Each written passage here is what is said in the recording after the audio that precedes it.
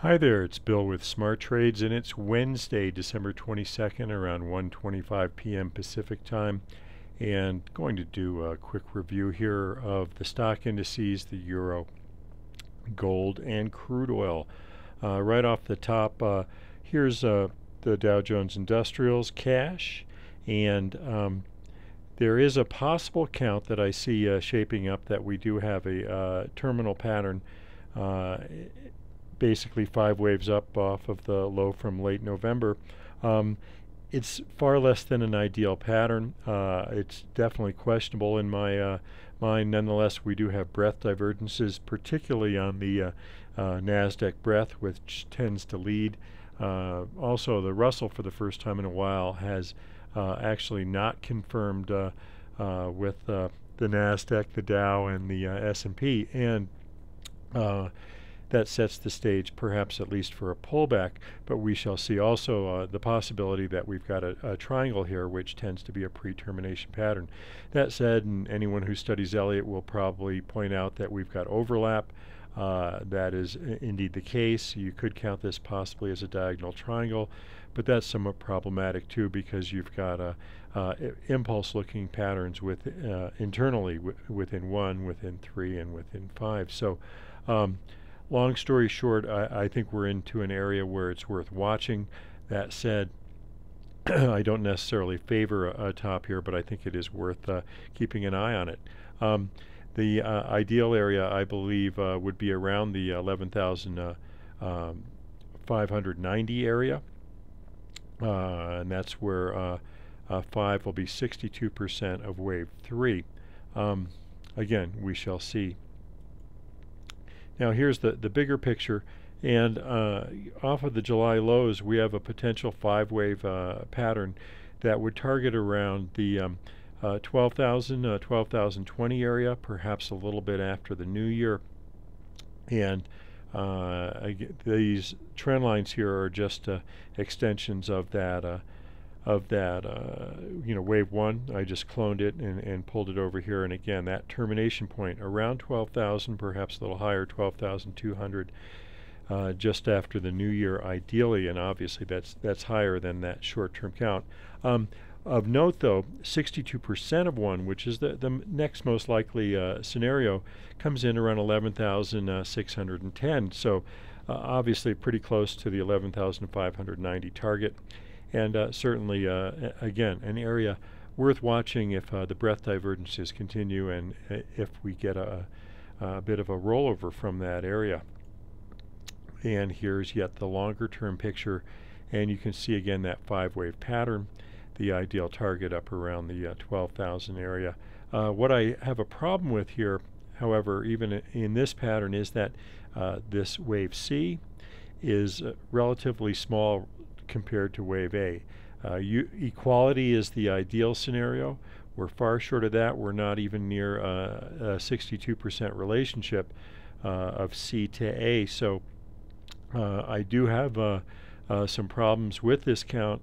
That said, you can see the clear 5 waves within A and potentially a clear 5-wave pattern within C. And again, around 12,000, perhaps 12,020.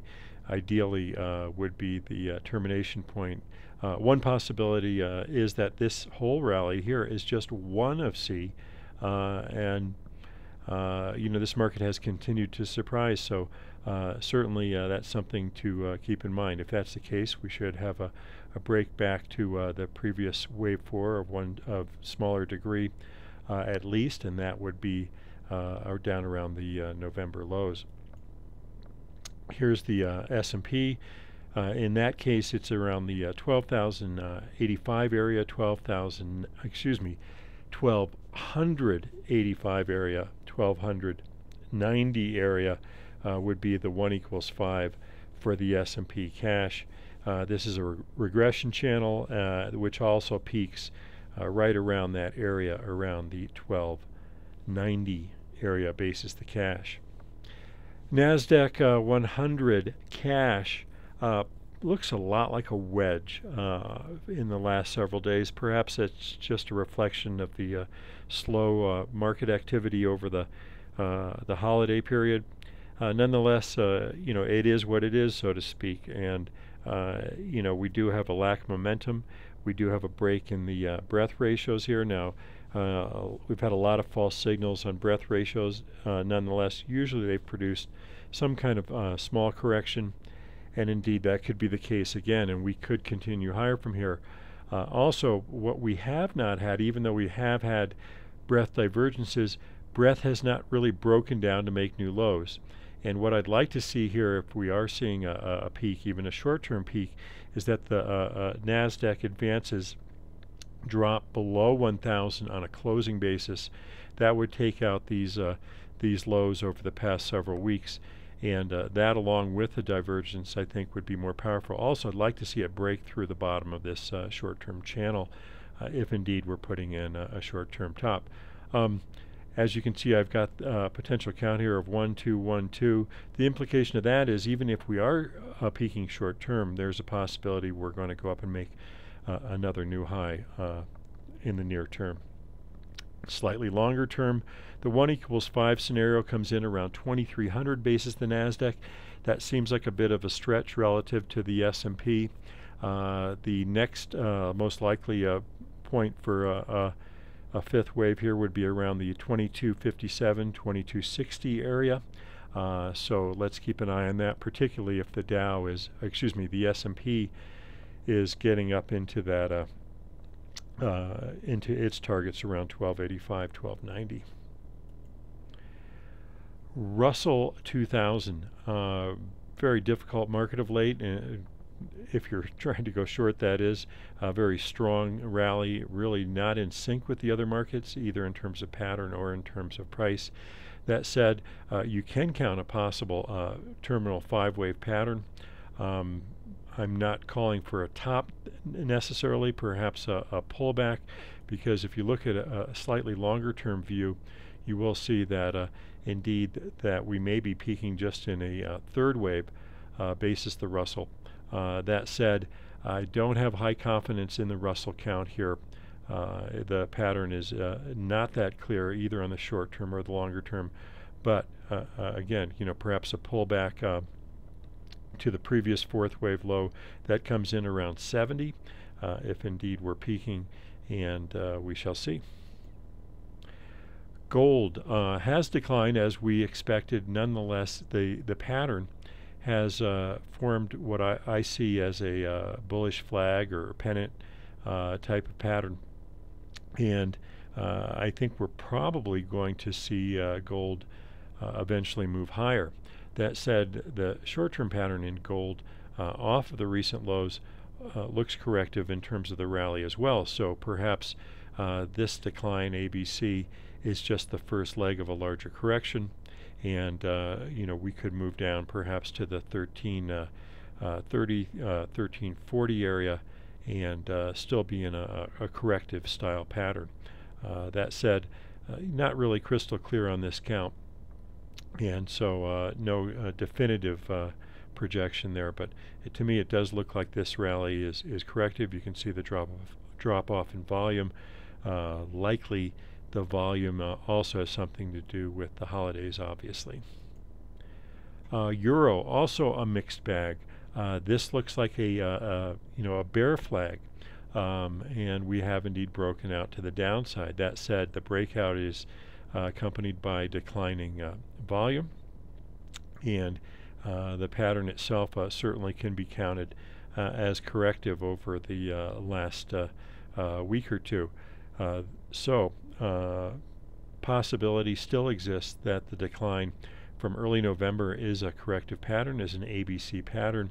A breakout above the B wave would reinforce that view. That level is 137.72. So a rally above 137.72 favors the potential for new highs. And if we continue in this little wedge here, I think that's also bullish. That said, like gold, this is a definite mixed bag, not a clear-cut picture to my way of thinking at this time. Perhaps it'll clarify after the holidays. In fact, oftentimes currencies have a major move right after the new year, so we'll see how it develops between now and then. Crude oil. Crude oil stronger than expected. I had thought we had peaked in here. We went down sharply, and then we've come right back up. Nonetheless, the pattern overall from the lows in mid 2010 looks corrective to me.